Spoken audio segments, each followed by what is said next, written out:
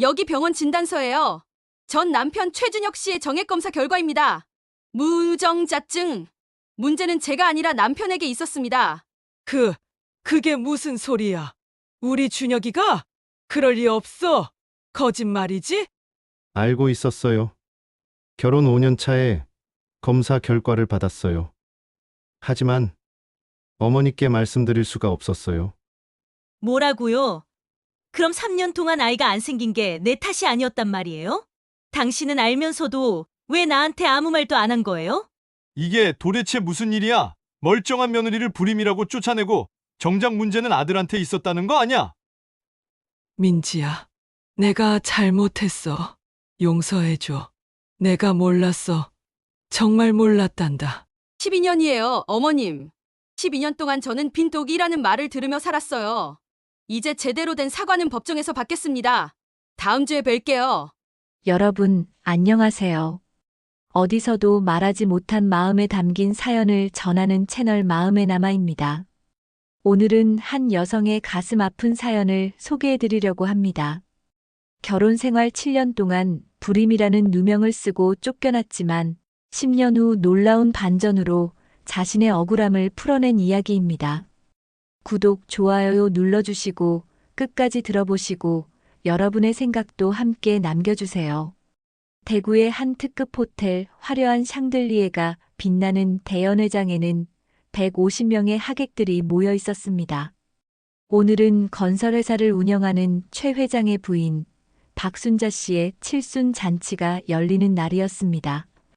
고급 한정식으로 차려진 상차림, 무대 위에는 대형 스크린에 칠순을 맞은 주인공의 사진들이 슬라이드로 지나가고 있었습니다. 친척들은 모두 고급 한복을 차려입고 축하 인사를 건네며 분주히 움직이고 있었습니다. 시어머니 박순자 씨는 연보라색 비단 한복에 금실로 수놓은 당의를 걸치고 머리에는 비녀를 꽂은 채 웃음을 머금고 있었습니다. 그녀의 옆에는 아들 최준혁과 3년 전에 재혼한 며느리가 앉아 있었습니다. 모든 것이 평화로워 보였습니다. 하지만 이 평화는 곧 산산조각 날 운명이었습니다. 연회장 입구에 자동문이 열리고 한 여성이 들어섰습니다. 명품 한복을 입은 그녀의 손에는 12살쯤 되어 보이는 쌍둥이 남매가 양쪽에 서 있었습니다. 세 사람 모두 품격 있는 한복 차림에 당당한 걸음걸이로 연회장 안으로 들어왔습니다. 하객들의 시선이 일제히 그쪽으로 쏠렸습니다. 누군가가 속삭였습니다. 저 여자 혹시 10년 전에 이혼한 첫째 며느리 아닌가? 수군거림이 퍼져나갔고 단상에 앉아있던 박순자 씨의 얼굴이 순식간에 하얗게 질렸습니다. 옆에 있던 아들 최준혁은 식은땀을 흘리며 재혼한 부인의 손을 꽉 움켜잡았습니다. 초대받지 않은 불청객. 그녀의 이름은 김민지. 10년 전 불임이라는 누명을 쓰고 이 집에서 쫓겨난 여자였습니다. 그리고 오늘 그녀는 진실을 밝히러 왔습니다. 그럼 이제부터 김민지 씨가 어떻게 이 자리까지 오게 되었는지 그 긴 이야기를 들려드리겠습니다. 때는 2005년으로 거슬러 올라갑니다. 당시 27이었던 김민지는 부산의 한 백화점에서 화장품 판매 사원으로 일하고 있었습니다. 밝은 성격의 성실한 그녀는 직장에서도 인기가 많았습니다. 그러던 어느 날 백화점 VIP 고객으로 자주 방문하던 한 남자가 그녀에게 관심을 보이기 시작했습니다. 그 남자는 최준혁. 대구에서 건설회사를 운영하는 집안의 외아들이었습니다. 32살의 그는 아버지 회사에서 이사로 일하고 있었고 경제적으로 안정된 남자였습니다. 키도 크고 외모도 준수했으며 무엇보다 민지에게 정중하고 친절하게 대했습니다. 6개월간의 열정적인 구애 끝에 민지는 그의 청혼을 받아들였습니다. 친정 부모님은 걱정하셨습니다. 대구까지 시집가면 자주 보기 힘들 텐데 게다가 재력가 집안이라 며느리로 들어가면 고생할 수도 있다고 말씀하셨습니다. 하지만 사랑에 빠진 민지는 준혁만 믿으면 된다고 생각했습니다.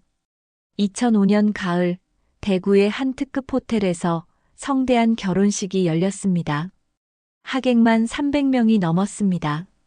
민지는 순백의 웨딩드레스를 입고 버질로드를 걸으며 행복했습니다. 시댁 식구들도 모두 웃으며 그녀를 반겼습니다. 특히 시어머니 박순자 씨는 민지의 손을 꼭 잡으며 이렇게 말했습니다. 우리 며느리 예쁘기도 하지. 빨리 손주 얼굴 보고 싶구나. 그때는 그저 덕담인 줄로만 알았습니다. 하지만 그것이 앞으로 7년간 민지를 괴롭힐 주문이 될 줄은 몰랐습니다. 신혼 초반 몇 달은 행복했습니다. 준혁은 자상한 남편이었고 시댁 식구들도 친절했습니다. 민지는 시댁과 가까운 아파트에서 신혼 살림을 꾸렸고 주말마다 시댁을 방문했습니다. 하지만 결혼 6개월이 지나면서 분위기가 달라지기 시작했습니다. 시어머니가 넌지시 물었습니다. 아직 소식이 없느냐고. 민지는 웃으며 대답했습니다. 아직 신혼인데 조금만 기다려달라고. 하지만 시어머니의 표정은 밝지 않았습니다. 그녀는 며느리의 식단을 챙기기 시작했습니다. 임신에 좋다는 음식들을 해다 주었고 몸을 따뜻하게 해야 한다며 온갖 보약을 권했습니다. 1년이 지났습니다. 여전히 아이는 생기지 않았습니다. 시어머니의 얼굴에서 미소가 사라지기 시작했습니다. 그녀는 명절 때마다 친척들 앞에서 민지를 쳐다보며 한숨을 쉬었습니다. 민지는 점점 주눅이 들었습니다. 병원에 가보자고 남편에게 말했지만 준혁은 시간이 해결해 줄 거라며 미루기만 했습니다. 결혼 2년 차가 되자 본격적인 압박이 시작되었습니다. 시어머니는 주말마다 민지를 불러 앉혀놓고 잔소리를 했습니다. 외아들인 준혁이가 대를 이어야 하는데 왜 아직도 소식이 없느냐고. 혹시 여자 쪽에 문제가 있는 거 아니냐고. 민지는 억울했지만 참았습니다. 시어머니는 민지를 데리고 유명하다는 한의원을 돌아다녔습니다. 침도 맞고 한약도 지어 먹었습니다. 쓴 약을 삼키며 민지는 눈물을 흘렸습니다. 하지만 남편 준혁은 아무 말도 하지 않았습니다. 그저 어머니 말씀을 들으라고만 했습니다. 3년이 지나고 4년이 지났습니다. 여전히 아이는 오지 않았습니다. 이제 시어머니의 태도는 노골적으로 변했습니다. 명절 때 음식을 차릴 때도 민지에게만 유독 일을 많이 시켰습니다. 다른 형님댁 식구들은 거실에 앉아 TV를 보는데 민지만 주방에서 설거지를 했습니다. 친척들이 모인 자리에서 시어머니는 민지를 향해 날카로운 말을 던지기 시작했습니다. 우리 집안은 대대로 아들을 낳는 집안인데 며느리가 글쎄. 말끝을 흐리는 시어머니의 눈빛은 차갑기만 했습니다. 민지는 고개를 숙인 채 아무 말도 할 수 없었습니다. 그 자리에 있던 친척들도 민지를 동정하는 듯한 혹은 비웃는 듯한 눈빛으로 쳐다보았습니다. 결혼 5년 차가 되자 시어머니의 언어 폭력은 더욱 심해졌습니다. 이제는 대놓고 모욕적인 말을 했습니다. 자식 못 낳는 빈독. 그 말을 처음 들었을 때 민지는 귀를 의심했습니다. 시어머니가 정말 자신에게 그런 말을 했단 말인가. 하지만 그것은 시작에 불과했습니다. 그 후로 시어머니는 틈만 나면 민지를 그렇게 불렀습니다. 빈독, 쓸모없는 여자, 집안의 대를 끊는 죄인. 민지는 매일 밤 베개를 적시며 울었습니다. 남편에게 하소연했지만 준혁은 점점 냉담해졌습니다. 그도 어머니의 압박을 견디기 힘들었던 것일까요? 아니면 정말로 민지를 탓하기 시작한 것일까요? 준혁은 점점 집에 늦게 들어오기 시작했고 주말에도 회사 일이 있다며 자주 나갔습니다. 외로움과 서러움 속에서 민지는 버텼습니다. 언젠가는 아이가 생길 거라고, 그러면 모든 게 좋아질 거라고 믿었습니다. 하지만 현실은 점점 더 악화되기만 했습니다. 결혼 6년 차 시어머니는 이제 친척들이 모인 자리에서 대놓고 민지를 비난했습니다. 우리 준혁이가 불쌍해서 어떡하나. 멀쩡한 남자가 저런 여자 만나서. 민지는 그 자리에서 눈물을 흘릴 수밖에 없었습니다. 하지만 아무도 그녀를 감싸주지 않았습니다. 남편 준혁조차도 침묵했습니다. 그 순간 민지는 깨달았습니다. 이 집안에서 자신은 철저히 혼자라는 것을. 결혼 7년 차가 되던 해봄이었습니다. 시어머니가 민지를 시댁으로 급히 부르는 전화가 왔습니다. 민지는 불길한 예감이 들었지만 시댁으로 향했습니다. 거실에는 시아버지, 시어머니, 그리고 남편 준혁이 굳은 표정으로 앉아 있었습니다. 시어머니가 먼저 입을 열었습니다. 목소리는 차갑고 단호했습니다. 민지야, 이제 그만 정리하는 게 좋겠다. 민지는 그 말의 의미를 알아챘습니다. 이혼을 말하는 것이었습니다. 7년을 버텼는데 이제 끝이라는 것이었습니다. 시아버지가 말했습니다. 준혁이도 이제 40이 다 되어가는데 아이를 가질 수 있는 여자를 만나야 한다고. 미안하지만 이해해달라고. 위자료는 넉넉히 주겠다고 했습니다. 민지는 남편을 쳐다보았습니다. 준혁은 고개를 숙인 채 아무 말도 하지 않았습니다. 그의 침묵이 모든 것을 말해주었습니다. 그도 이혼을 원하고 있었던 것입니다. 민지는 울음을 터뜨렸습니다. 7년간 당한 모욕과 고통이 한꺼번에 밀려왔습니다. 그녀는 떨리는 목소리로 말했습니다. 저도 병원에 가보고 싶어요. 정말로 제가 문제인지 확인하고 싶어요.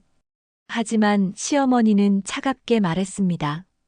7년이면 충분해. 더 이상 시간 낭비하고 싶지 않아. 테이블 위에는 이미 이혼 각서가 놓여 있었습니다. 위자료 3천만 원. 그게 7년간의 결혼 생활에 대한 대가였습니다.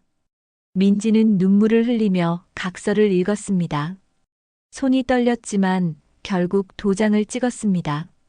더 이상 이 집에 있을 수가 없었습니다. 버티면 버틸수록 더 큰 상처만 받을 것 같았습니다. 민지는 아파트로 돌아가 짐을 쌌습니다. 7년간 쌓인 삶의 흔적들을 박스에 담았습니다. 준혁은 그 모습을 지켜보기만 할 뿐 말리지 않았습니다. 일주일 후 민지는 부산에 있는 친정으로 돌아왔습니다. 엄마는 눈물을 흘리며 딸을 안아주었습니다. 아버지는 분노하며 대구까지 찾아가겠다고 했지만 민지가 말렸습니다. 더 이상 그 집안과 엮이고 싶지 않았습니다. 통장에는 3천만 원이 들어와 있었습니다. 7년의 대가치고는 너무 초라한 금액이었습니다. 민지는 방에 틀어박혀 며칠을 울었습니다. 27에 시집와서 34이 된 지금 그녀에게 남은 것은 아무것도 없었습니다. 한 달쯤 지났을까요? 민지는 조금씩 일상으로 돌아가려고 노력했습니다. 하지만 마음 한구석에는 억울함이 남아 있었습니다. 정말로 자신에게 문제가 있는 것일까? 7년간 불임이라는 낙인이 찍혔는데 그게 정말 사실일까? 친정 엄마가 말했습니다. 병원에 가서 정확히 검사를 받아보라고. 앞으로 재혼을 하든 새 인생을 시작하든 자신의 몸 상태는 정확히 알아야 한다고 했습니다. 민지는 부산의 한 대학병원을 찾았습니다. 산부인과에서 정밀 검사를 받았습니다. 초음파, 혈액 검사, 호르몬 검사 등 가능한 모든 검사를 받았습니다. 결과가 나오기까지 일주일이 걸렸습니다. 일주일 후 민지는 떨리는 마음으로 병원을 찾았습니다. 의사 선생님은 진료실에 앉은 민지를 보며 말했습니다. 검사 결과 특별한 이상은 없습니다. 자궁도 건강하고 난소 기능도 정상이에요. 호르몬 수치도 모두 정상 범위입니다. 민지는 그 말을 듣고 멍해졌습니다. 자신은 정상이라는 것이었습니다. 7년간 불임이라는 낙인을 찍혔는데 자신에게는 아무 문제가 없다니. 의사가 물었습니다. 남편분은 검사를 받아보셨느냐고. 민지는 고개를 저었습니다. 시댁에서 무조건 며느리 탓만 했고 남편은 검사를 받으려 하지 않았다고 말했습니다. 의사는 한숨을 쉬었습니다. 불임의 원인은 여성에게만 있는 게 아니라 남성에게도 있을 수 있다고 설명했습니다. 실제로 불임 부부의 경우 남성에게 원인이 있는 경우가 40% 이상이라고 했습니다. 민지는 충격을 받았습니다. 그렇다면 혹시 남편 준혁에게 문제가 있었던 것은 아닐까? 7년간 자신만 불임이라고 낙인 찍혔는데 진짜 원인은 남편에게 있었던 건 아닐까? 민지는 집으로 돌아와 곰곰이 생각했습니다. 어떻게든 확인하고 싶었습니다. 그래서 과감한 결정을 내렸습니다. 결혼 생활 중에 남편이 건강검진을 받은 적이 있었는데 그때 정액 검사도 했었던 기억이 났습니다. 혹시 그 기록이 남아있지 않을까? 민지는 결혼 생활 중에 다녔던 대구의 병원에 전화를 걸었습니다. 자신이 남편의 법적 배우자였고 환자의 동의를 받아 검사 결과를 확인하고 싶다고 했습니다. 물론 이미 이혼한 상태였지만 병원 측은 확인 절차를 거쳐 기록을 찾아주었습니다. 며칠 후 민지는 팩스로 받은 서류를 보고 손이 떨렸습니다. 검사 결과지에는 분명히 적혀 있었습니다. 정자수 극소, 무정자증 의심, 추가 정밀 검사 권장. 민지는 그 자리에 주저앉고 말았습니다. 진실은 이것이었습니다. 남편 준혁이 무정자증이었던 것입니다. 7년간 자신을 불임이라고 몰아세웠던 그 집안, 자신을 빈 독이라고 모욕했던 시어머니, 그 모든 것이 거짓이었습니다. 민지는 울음을 터뜨렸습니다.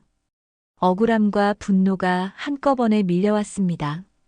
왜 남편은 이 사실을 숨겼을까? 왜 자신만 불임이라는 낙인을 찍고 모욕을 당해야 했을까? 7년이라는 시간, 그 긴 세월을 억울하게 보낸 것에 대한 분노가 치밀어 올랐습니다. 친정 엄마는 딸의 손을 잡으며 말했습니다. 이제라도 진실을 알았으니 다행이라고. 그리고 당당하게 살라고 했습니다. 민지는 엄마의 품에 안겨 한참을 울었습니다. 이혼 후 6개월이 지났습니다. 민지는 서서히 일상으로 돌아왔습니다. 부산의 한 부동산 중개업소에서 일을 시작했습니다. 처음에는 서툴렀지만 원래 성실하고 사람 대하는 것을 좋아하던 그녀는 금세 일에 적응했습니다.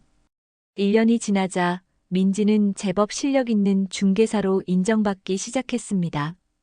고객들은 그녀의 친절하고 꼼꼼한 상담을 좋아했습니다. 민지는 일에 몰두하며 과거의 상처를 조금씩 치유해 나갔습니다. 그러던 어느 날 민지는 한 고객을 만났습니다. 해외 무역업을 하는 사업가로 부산에 집을 구하려고 그녀를 찾아온 것이었습니다. 그의 이름은 김태성. 나이는 민지보다 2살 많았고 5년 전에 아내와 사별한 호랍이었습니다. 태성은 조용하고 신중한 성격이었습니다. 민지와 여러 차례 만나면서 집을 알아보는 동안 두 사람은 자연스럽게 가까워졌습니다. 태성은 민지의 밝은 모습 뒤에 숨겨진 슬픔을 알아챘고 민지는 태성의 따뜻한 배려에 마음이 열렸습니다. 6개월간의 만남 끝에 태성이 민지에게 청혼했습니다. 민지는 고민했습니다. 다시 결혼을 할 용기가 있을까? 또다시 상처받지는 않을까? 하지만 태성은 민지의 과거를 모두 알면서도 그녀를 사랑한다고 말했습니다. 무정자증 진단서까지 보여주며 솔직하게 털어놓았을 때도 태성은 그저 민지를 안아주며 말했습니다. 당신이 억울하게 당한 일들, 이제는 행복할 자격이 있어요. 민지는 눈물을 흘리며 청혼을 받아들였습니다. 2010년 가을, 두 사람은 소박하게 결혼식을 올렸습니다. 친정 식구들과 가까운 친구들만 모인 작은 결혼식이었지만 민지는 첫 번째 결혼식 때보다 훨씬 행복했습니다. 신혼생활은 평화로웠습니다. 태성은 자상한 남편이었고 민지를 존중해 주었습니다.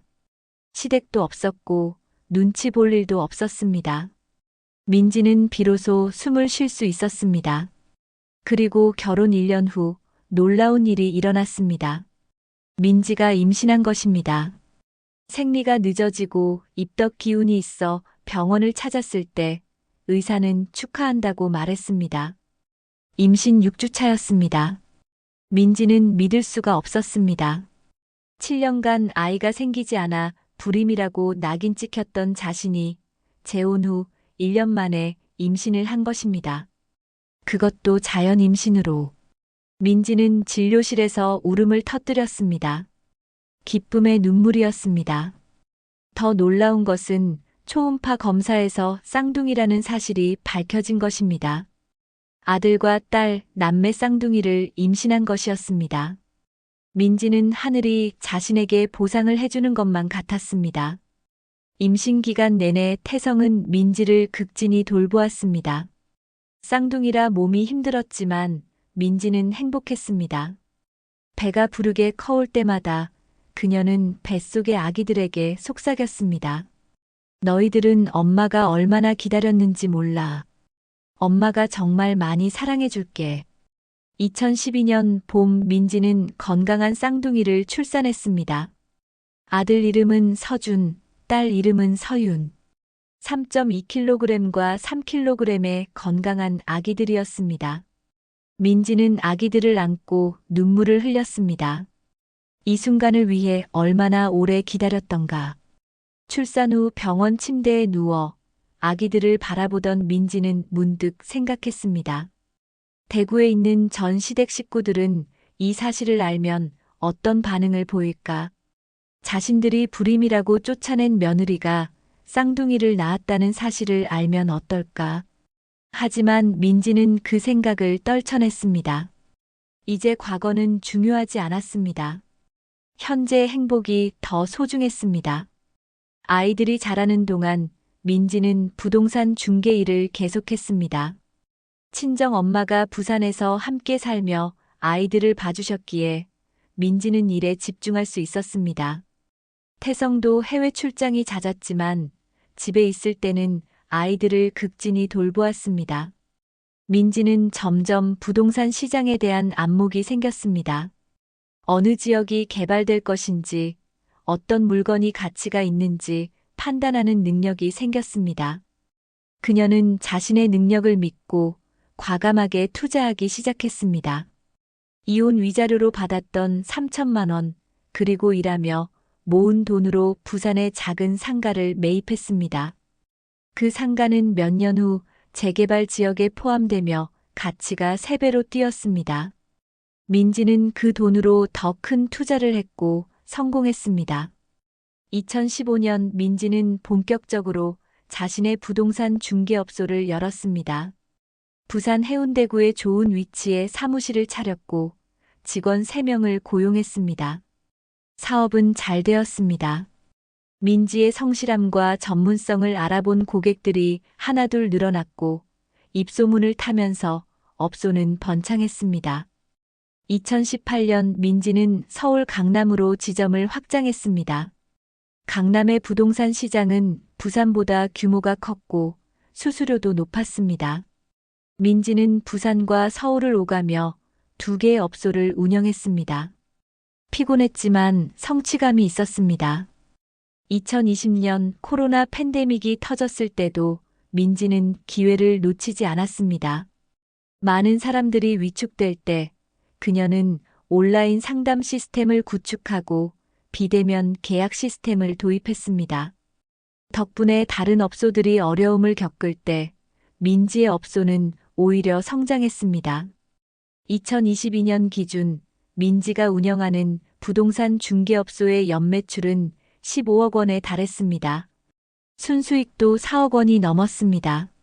민지는 강남에 30평대 아파트를 구입했고 고급 수입차를 몰았습니다. 경제적으로 완전히 독립한 것입니다. 아이들도 잘 자랐습니다. 서준이와 서윤이는 국제학교에 다니며 영어와 중국어를 유창하게 구사했습니다. 성적도 우수했고 예의 바르고 똑똑한 아이들로 자랐습니다. 민지는 아이들에게 항상 말했습니다. 엄마는 너희가 자랑스러워. 엄마가 얼마나 너희를 기다렸는지 몰라. 민지는 아이들에게 자신의 과거 이야기를 들려주지 않았습니다. 굳이 아픈 기억을 나눌 필요는 없다고 생각했습니다. 다만 한 가지는 항상 강조했습니다. 세상에서 억울한 일을 당했을 때 절대 주저앉으면 안 돼. 당당하게 맞서야 해. 가을이었습니다. 민지는 대구에 부동산 투자 기회가 있다는 정보를 듣고 출장을 가게 되었습니다. 대구를 방문하는 것은 이혼 후 처음이었습니다. 12년 만에 다시 밟는 대구 땅이었습니다. 업무를 마치고 민지는 옛날 기억이 떠올라 예전에 살던 동네 근처를 지나가게 되었습니다. 거리는 많이 변했지만 어딘가 낯익은 풍경이었습니다. 그때 저 멀리서 누군가 그녀를 부르는 소리가 들렸습니다. 민지야? 김민지 맞지? 돌아보니 결혼 생활 중에 친하게 지냈던 동네 친구 영희였습니다. 영희는 민지를 알아보고 달려와 손을 잡았습니다. 어머, 정말 오랜만이다. 얼굴이 왜 이렇게 좋아졌어? 두 사람은 근처 카페에 앉아 오랜만에 이야기를 나누었습니다. 영희는 민지가 이혼 후 어떻게 지냈는지 궁금해했고, 민지는 간단히 근황을 알려주었습니다. 재혼해서 쌍둥이를 낳았고, 지금은 강남에서 부동산 중개업소를 운영한다고 말했습니다. 영희는 놀라며 축하했습니다. 그러면서 슬며시 물었습니다. 그나저나 준혁이네 소식 들었어? 민지는 관심 없다는 듯 고개를 저었습니다. 하지만 영희는 계속 말을 이었습니다. 준혁이 3년 전에 재혼했더라고. 그런데 그 집도 아직 아이가 없대. 소문으로는 둘째 며느리도 답답해한다던데. 민지는 속으로 쓴웃음을 지었습니다. 역시 문제는 준혁에게 있었던 것입니다. 재혼을 했어도 아이를 가질 수 없는 것은 당연했습니다. 영희가 말을 이었습니다. 아, 그리고 다음 주 토요일에 준혁이 어머니 칠순 잔치한다더라. 특급 호텔에서 크게 한대. 친척들 다 모인대. 그 말을 듣는 순간 민지의 눈빛이 변했습니다. 칠순 잔치. 친척들이 다 모인다. 문득 12년간 가슴속에 묻어두었던 억울함이 다시 떠올랐습니다. 민지는 조용히 물었습니다. 언제, 어디서 한다고 했어? 영희는 날짜와 장소를 알려주었습니다. 대구의 한 특급 호텔, 다음 주 토요일 오후 6시. 민지는 그 정보를 머릿속에 새겼습니다. 카페를 나서며 민지는 생각에 잠겼습니다.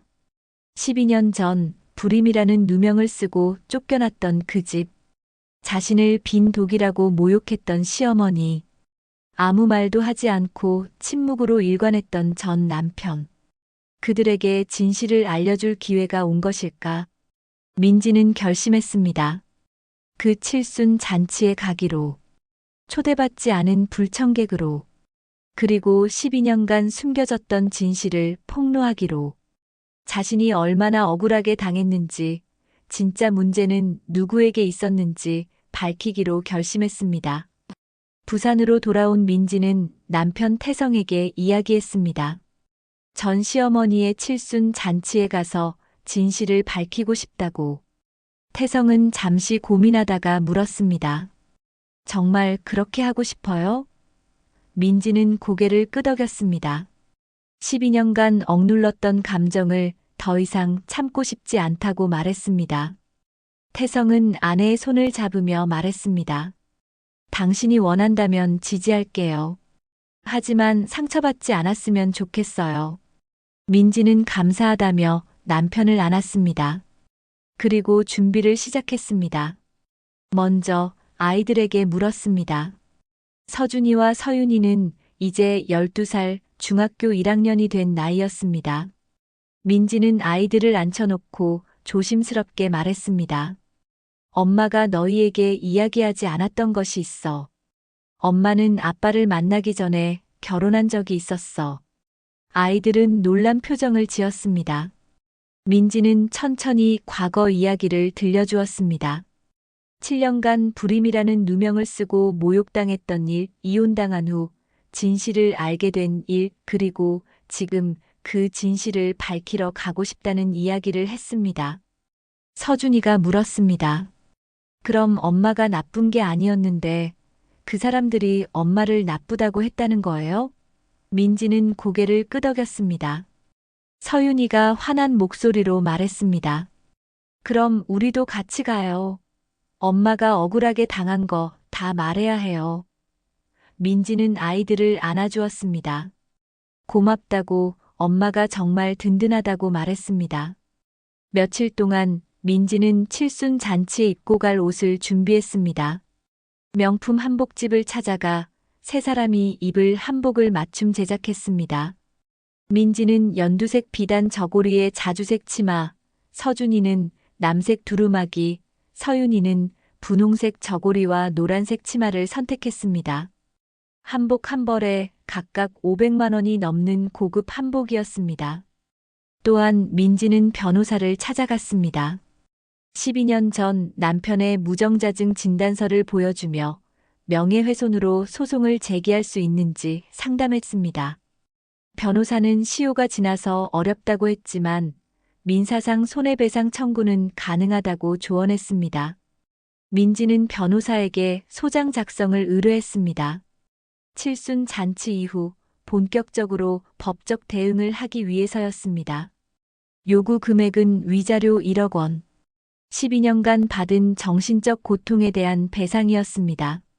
칠순 잔치 전날, 민지는 거울 앞에 섰습니다.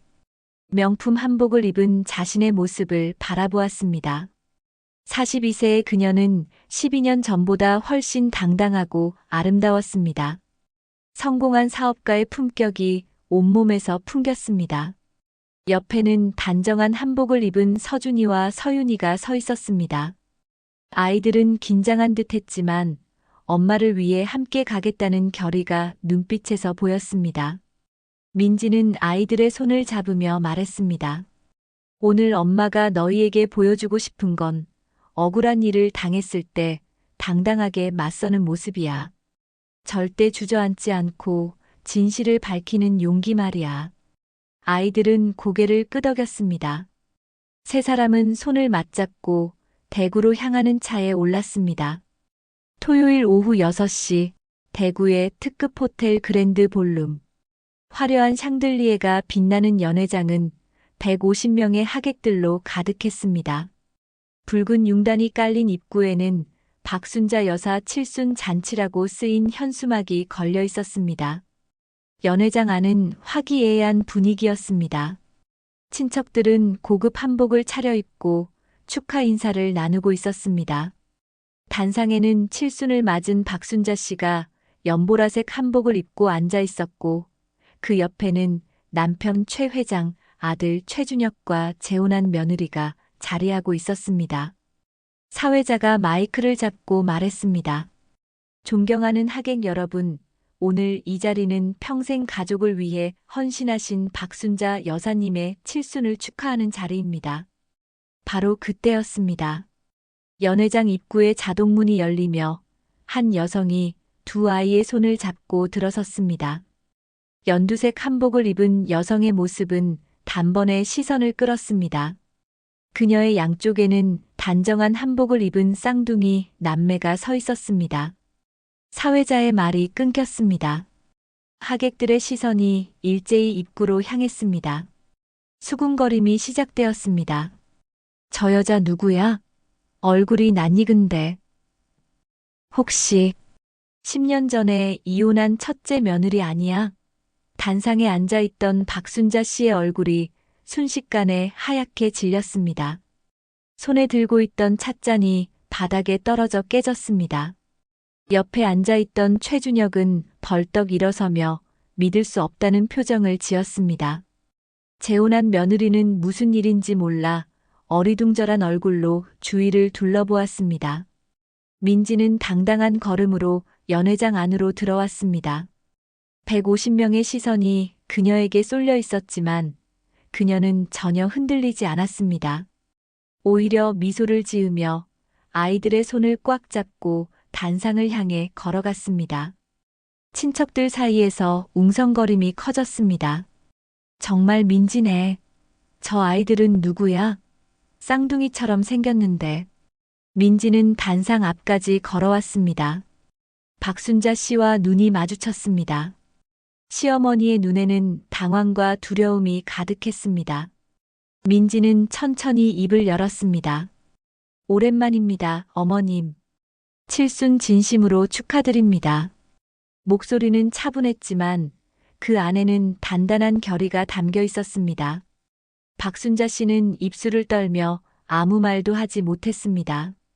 최준혁이 다가왔습니다. 그의 얼굴에는 당황과 난처함이 역력했습니다. 민지 씨, 왜 여기에? 민지는 전 남편을 똑바로 쳐다보며 말했습니다. 초대받지는 않았지만 할 말이 있어서 왔습니다. 연회장은 순식간에 술렁이기 시작했습니다. 사회자는 어찌할 바를 모르고 단상에서 내려왔습니다. 하객들은 휴대폰을 꺼내 이 장면을 촬영하기 시작했습니다. 민지는 서준이와 서윤이를 앞으로 나오게 했습니다. 두 아이는 긴장한 얼굴로 엄마 옆에 섰습니다. 민지는 마이크를 집어들었습니다. 누군가 말리려 했지만 민지는 이미 마이크를 켜고 말하기 시작했습니다. 하객 여러분, 제 말을 잠시만 들어주시겠습니까? 연회장이 순식간에 조용해졌습니다. 150명의 시선이 모두 민지에게 쏠렸습니다. 단상 위에 박순자 씨는 의자에 앉은 채 얼굴이 새하얗게 질려 있었습니다. 민지는 침착하게 말을 시작했습니다. 저는 김민지입니다. 12년 전 이 집안의 며느리였던 사람입니다. 하객들 사이에서 웅성거림이 일었습니다. 민지는 계속 말했습니다. 저는 2005년에 이 집안으로 시집왔습니다. 그리고 7년간 결혼 생활을 했습니다. 하지만 아이가 생기지 않았습니다. 민지의 목소리는 떨리지 않았습니다. 그녀는 단상 위에 시어머니를 똑바로 쳐다보며 말을 이었습니다. 7년 동안 저는 매일같이 모욕을 당했습니다. 불임이라고, 자식 못 낳는 빈 독이라고, 집안의 대를 끊는 죄인이라고 불렸습니다. 하객들의 표정이 굳어졌습니다. 일부는 고개를 끄덕이며 기억하는 듯 했습니다. 결국 2012년 저는 이혼 각서에 도장을 찍고 이 집에서 쫓겨났습니다. 위자료 3천만 원을 받고서 말입니다. 7년의 세월, 그 긴 시간에 대한 대가가 고작 3천만 원이었습니다. 민지는 가방에서 서류 봉투를 꺼냈습니다. 하지만 이혼 후 저는 충격적인 사실을 알게 되었습니다. 병원에서 정밀 검사를 받았는데 저는 정상이었습니다. 불임이 아니었습니다. 하객들 사이에서 놀라는 소리가 터져 나왔습니다. 민지는 서류를 높이 들어 보이며 말했습니다. 여기 병원 진단서가 있습니다. 제 자궁은 건강하고 난소 기능도 정상입니다. 그리고 민지는 잠시 숨을 고르고 단상 위에 최준혁을 쳐다보았습니다. 여기 또 다른 진단서가 있습니다. 전 남편 최준혁 씨의 정액 검사 결과입니다. 무정자증. 문제는 제가 아니라 남편에게 있었습니다. 연회장이 순식간에 소란스러워졌습니다. 하객들은 믿을 수 없다는 표정으로 수군거리기 시작했습니다. 최준혁은 얼굴이 새빨개진 채 아무 말도 하지 못했습니다. 민지는 서준이와 서윤이의 어깨를 감싸며 말했습니다. 저는 이혼 후 재혼했습니다. 그리고 결혼 1년 만에 임신했습니다. 자연 임신으로 말입니다. 여기 제 아이들입니다. 쌍둥이 남매, 올해 12살입니다. 하객들은 쌍둥이를 바라보았습니다. 건강하고 당당하게 서 있는 두 아이의 모습에 많은 사람들이 감탄했습니다. 12년간 저는 이 억울함을 가슴에 안고 살았습니다. 불임이라는 누명을 쓰고 빈 독이라는 모욕을 당하며 쫓겨난 그 기억을 지우지 못했습니다. 민지의 목소리가 조금 떨렸습니다. 하지만 곧 다시 단호해졌습니다. 오늘 이 자리에 온 이유는 단 하나입니다. 진실을 밝히기 위해서입니다. 저는 불임이 아니었습니다. 저는 건강한 여자였고 쌍둥이를 낳을 수 있는 사람이었습니다. 하지만 이 집안은 검사도 제대로 하지 않고 무조건 며느리 탓만 했습니다. 단상 위에 박순자 씨가 일어서려고 했지만 다리에 힘이 풀려 다시 주저앉았습니다. 옆에 있던 남편 최 회장이 그녀를 부축했습니다. 민지는 계속 말했습니다. 여러분, 불임은 여자에게만 있는 것이 아닙니다. 남자에게도 있습니다. 하지만 이 집안은 그리고 많은 사람들이 무조건 여자 탓만 합니다. 검사도 하지 않고 진실을 알려고 하지도 않고 그저 며느리를 몰아세웁니다. 하객들 중 몇몇은 고개를 끄덕이며 공감하는 듯 했습니다. 특히 여성 하객들은 민지에게 동정적인 눈빛을 보냈습니다. 저는 오늘 이 자리에서 여러분께 말씀드리고 싶습니다. 억울하게 당했던 12년을 잊을 수 없습니다. 그래서 법적 대응을 준비했습니다. 민지는 다시 가방에서 서류를 꺼냈습니다. 여기 변호사가 작성한 소장이 있습니다. 명예훼손과 정신적 고통에 대한 손해배상 청구입니다. 청구 금액은 1억 원입니다. 연 회장이 다시 한번 술렁였습니다. 1억 원이라는 금액에 하객들은 놀랐습니다. 박순자 씨가 떨리는 목소리로 말했습니다. 민지야, 민지 씨, 내가 잘못했어. 용서해줘. 그녀는 단상에서 내려와 민지에게 다가왔습니다. 그리고 무릎을 꿇었습니다. 칠순을 맞은 노인이 연회장 한가운데에서 무릎을 꿇는 모습에 하객들은 숨을 죽였습니다. 내가 잘못했어. 내 말이 맞아. 내가 너무 급했어. 손주가 보고 싶어서 대를 이어야 한다는 생각에 제대로 알아보지도 않고 너만 탓했어. 박순자 씨는 울기 시작했습니다. 하지만 민지의 표정은 변하지 않았습니다. 어머님, 지금 이 사과가 진심입니까? 12년 전에는 왜 검사를 제대로 하지 않으셨습니까? 왜 아들이 아니라 며느리만 병원에 데리고 다니셨습니까?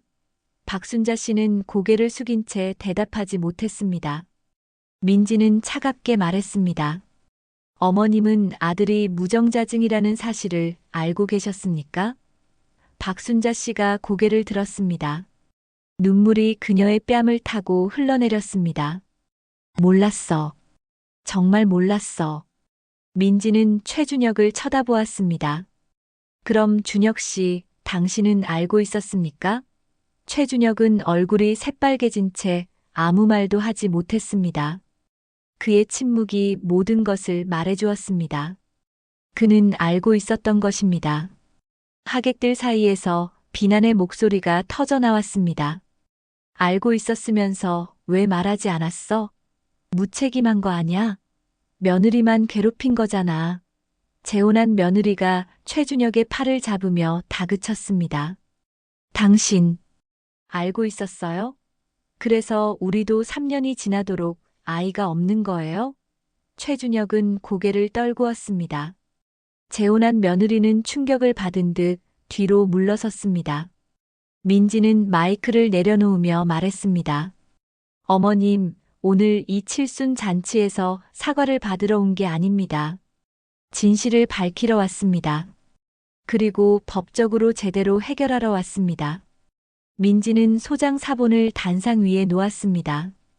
다음 주에 법원에서 뵙겠습니다. 12년간 제가 받은 정신적 고통, 명예훼손, 그리고 인생에서 잃어버린 시간에 대한 보상을 받겠습니다. 박순자 씨는 무릎을 꿇은 채 계속 울었습니다. 하지만 민지는 더 이상 그녀를 쳐다보지 않았습니다. 민지는 서준이와 서윤이의 손을 잡았습니다. 그리고 하객들을 향해 마지막으로 말했습니다. 여러분, 오늘 제가 이 자리에 온 것은 개인적인 복수가 아닙니다.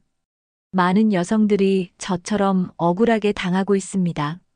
아이가 생기지 않으면 무조건 여자 탓을 합니다. 하지만 불임은 남녀 모두에게 있을 수 있습니다. 제대로 검사를 하고 진실을 알아야 합니다.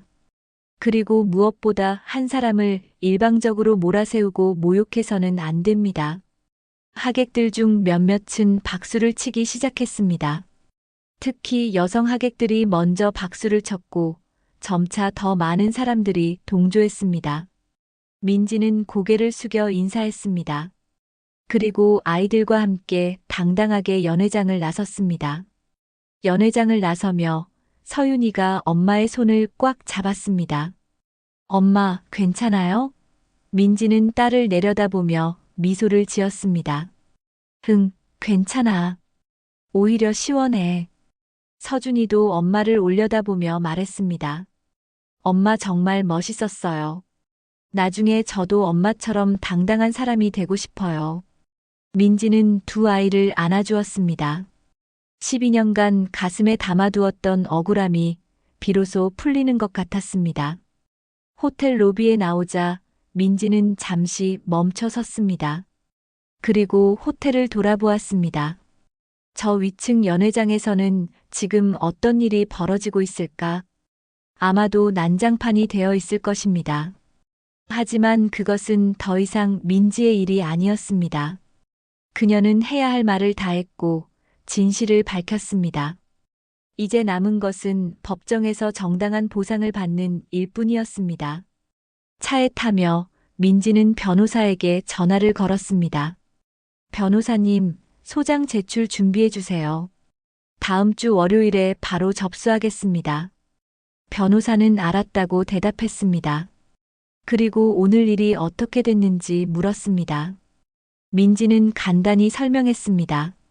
칠순 잔치에서 진실을 다 밝혔어요. 이제 법적으로 마무리하면 됩니다. 부산으로 향하는 차 안에서 민지는 창밖을 바라보았습니다. 대구의 야경이 흘러갔습니다.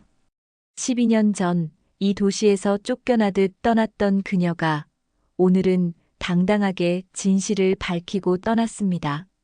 12. 다음 주 월요일 민지의 변호사는 대구지방법원에 손해배상 청구 소송을 제기했습니다.